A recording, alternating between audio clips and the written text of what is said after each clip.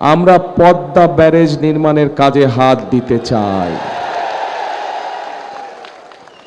Padma barrage যদি ইনশাল্লাহ আমরা তৈরি করতে পারি, এলাকার মানুষের, পুরা এই এলাকার মানুষের উপকার হবে। রাজশাহী সহ নাটোর, চাঁপাইনবাবগঞ্জ সবাই ইনশাল্লাহ আমরা পদ্মা ব্যারাজের কাজে হাত দিব।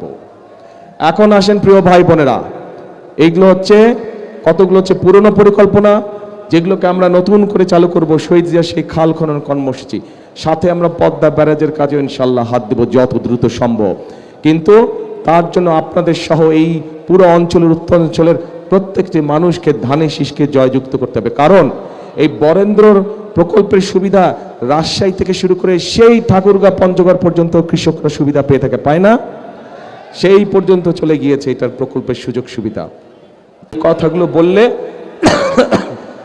যেই বিষয়গুলো আলোচনা করলে পরে মানুষের উপকার হবে, এলাকার মানুষের উপকার হবে, জেলার মানুষের, উপজেলার মানুষের উপকার হবে। প্রিয় ভাই বোনেরা, যখনই অন্য জেলার মানুষ রাজশাহী নিয়ে কথা বলে, তখনই দুটো বিষয় তাদের চোখের সামনে ভেসে ওঠে। প্রথমে কোন জিনিসটা ভেসে ওঠে বলেন তো?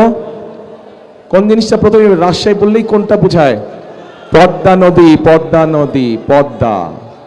তো এখন কিন্তু দুঃখজনক ব্যাপার হচ্ছে, এই যে পদ্মাই বলেন, তিস্তাই বলেন, ব্রহ্মপুত্রই বলেন, যেই নদী বলেন, পানি আছে কোনো পানি নাই।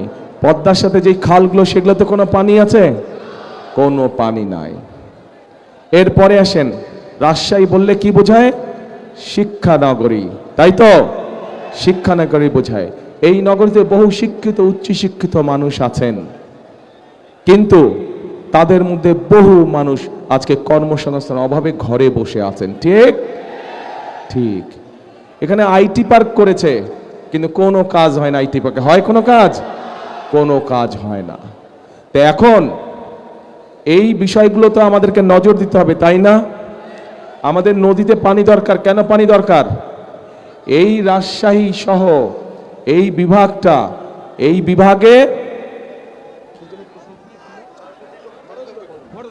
এই যে বরেন্দ্র প্রকল্প, যেটা শহীদ রাষ্ট্রপতি জিয়াউর রহমান চালু করেছিলেন, এই বরেন্দ্র প্রকল্প চালু করার পরেই শহীদ রাষ্ট্রপতি জিয়াউর রহমানের সময় দেশ খাদ্যে দ্বিগুণ উৎপাদন করে, দ্বিগুণ খাদ্য উৎপাদন করে। এখন সেই বরেন্দ্র প্রকল্প প্রায় আজ বন্ধ অবস্থা, তাই তো নাকি? আচ্ছা, আমি তো ভাই বহু বছর পরে আসছি, আমি কিছু জিজ্ঞেস করলে বলতে হবে তো আমাকে, নাহলে আমি জানবো কেমন করে?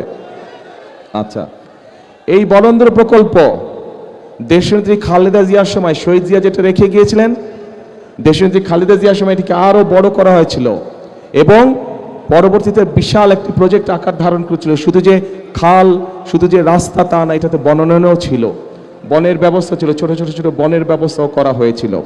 কিন্তু বিগত 16 বছর আমরা দেখেছি যে এটাতে কোনো কাজ নেই। স্বায়ত্তশাসিত প্রতিষ্ঠানের মধ্যে বরেন্দ্র প্রকল্প সবচেয়ে বড় প্রকল্প ছিল, যাদের নিজস্ব বাজেট ছিল প্রায় 1000 কোটি টাকা। কিন্তু সেই বরেন্দ্র প্রকল্পকে ধামাচাপা রেখে দেওয়া হয়েছে। প্রিয় ভাই বোনেরা, আমরা এই বরেন্দ্র প্রকল্পকে চালু করতে চাই সঠিকভাবে। আবার এই এলাকার খালগুলোকে আমরা খনন করতে চাই, পদ্মা নদীকে আমরা খনন করতে চাই।